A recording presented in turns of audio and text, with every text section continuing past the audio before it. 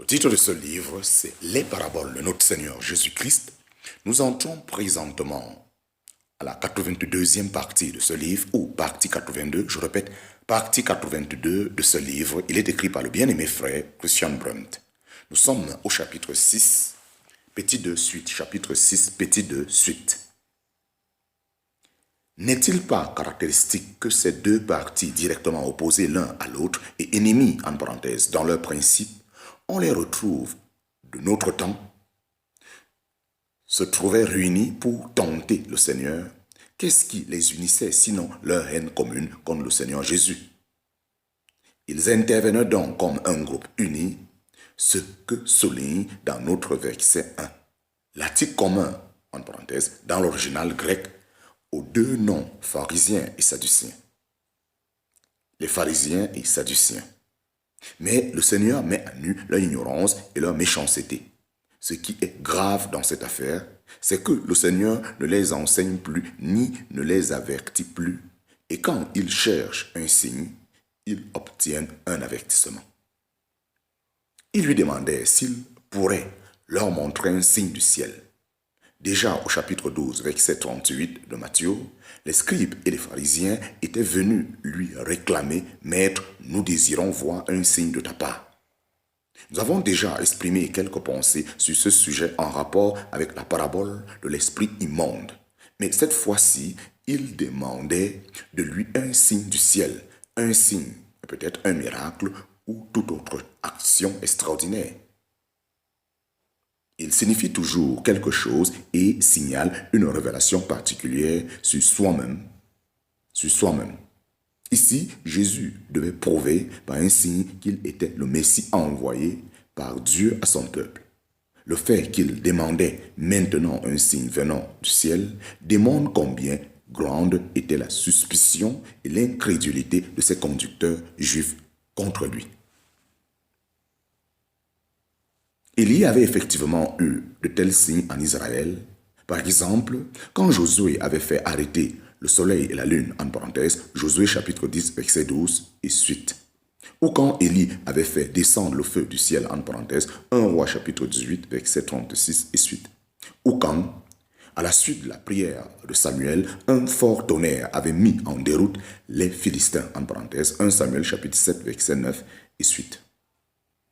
Le raisonnement des pharisiens et sadduciens semble avoir été que, du fait que le Messie devrait être plus grand que tous les prophètes et que Moïse lui-même, il se devait s'accomplir des signes dont la grandeur et la majesté laisseraient dans l'ombre tous les autres signes opérés jusqu'alors. C'est la raison pour laquelle il voulait maintenant voir un signe venant du ciel.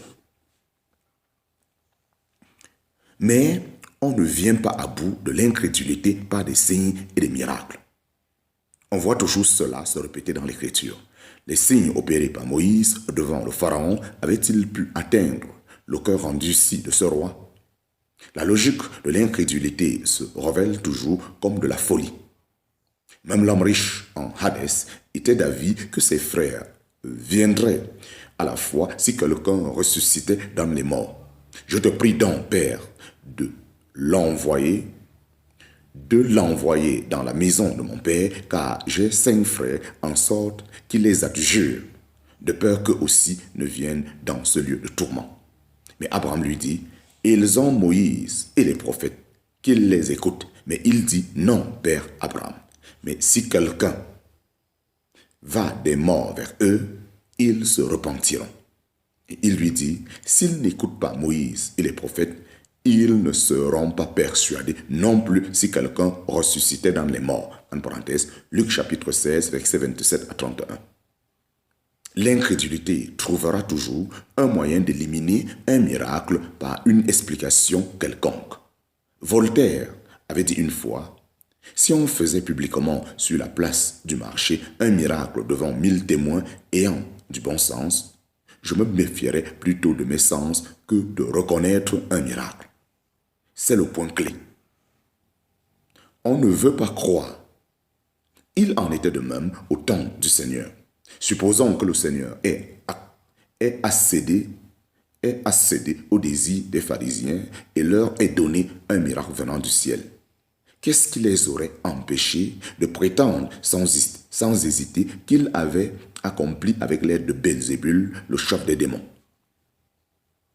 C'est pourquoi il ne leur accorde aucun signe du ciel. Par contre, il leur donne un sérieux avertissement.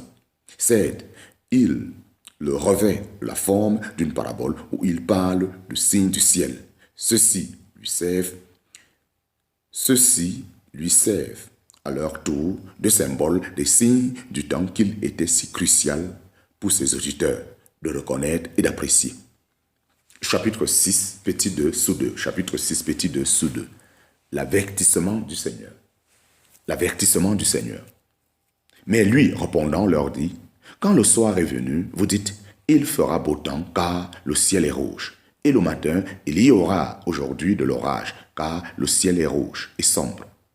Vous savez discerner l'apparence du ciel et ne pouvez-vous pas discerner les signes des temps, en parenthèse, Matthieu chapitre 16, versets 2 à 3.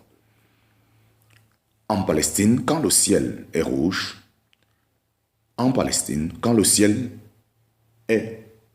le soir, c'est que le vent a chassé les nuages et la brume vers l'ouest sur la Méditerranée et qu'alors le soleil se couche rouge derrière eux. C'est en général un signe annonciateur de beau temps le jour suivant. Car dans ce pays, la pluie vient de l'ouest, de la mer, non pas de l'est. Inversement, si le ciel est rouge le matin, c'est que le vent a entraîné les nuages et la brume pendant la nuit au-dessus du pays, en sorte que le soleil se lève rouge. Derrière eux. Cela fait s'attendre à un temps pluvieux et orageux. Les pharisiens et les sadduciens comprenaient tout cela, bien sûr. Pourtant, il y a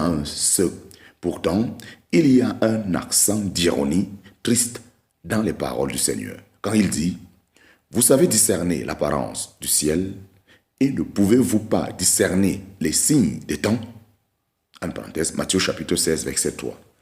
Marc nous dit qu'à cette occasion, le Seigneur soupira en son esprit, en parenthèse, Marc chapitre 8, verset 12. Il lui était douloureux que ces gens ne soient pas capables de discerner les signes des temps. Mais cela montre clairement que derrière l'image qu'il utilisait, il y avait un sens plus profond. Qu'étaient donc ces signes des temps?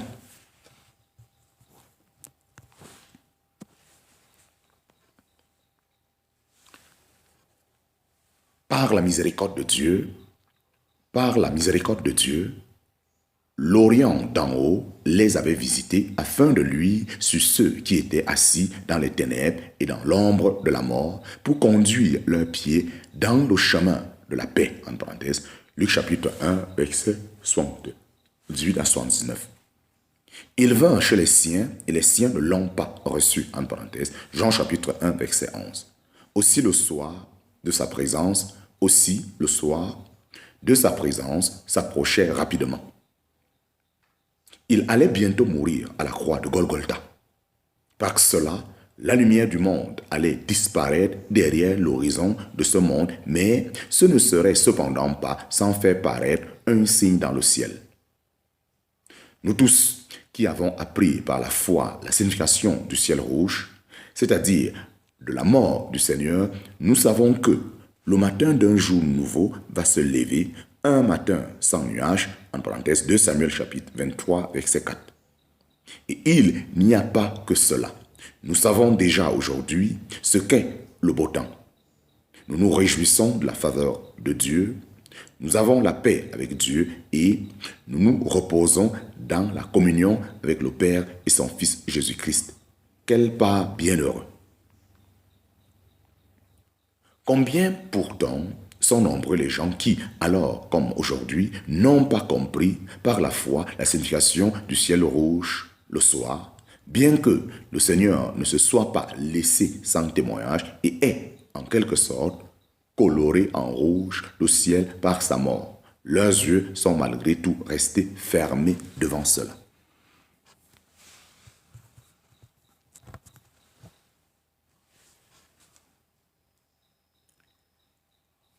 que c'est effrayant pour eux. Il n'y a pas de beau temps, pas de bénédiction au matin. Ils n'ont pas de promesse et ne verront jamais la vie éternelle.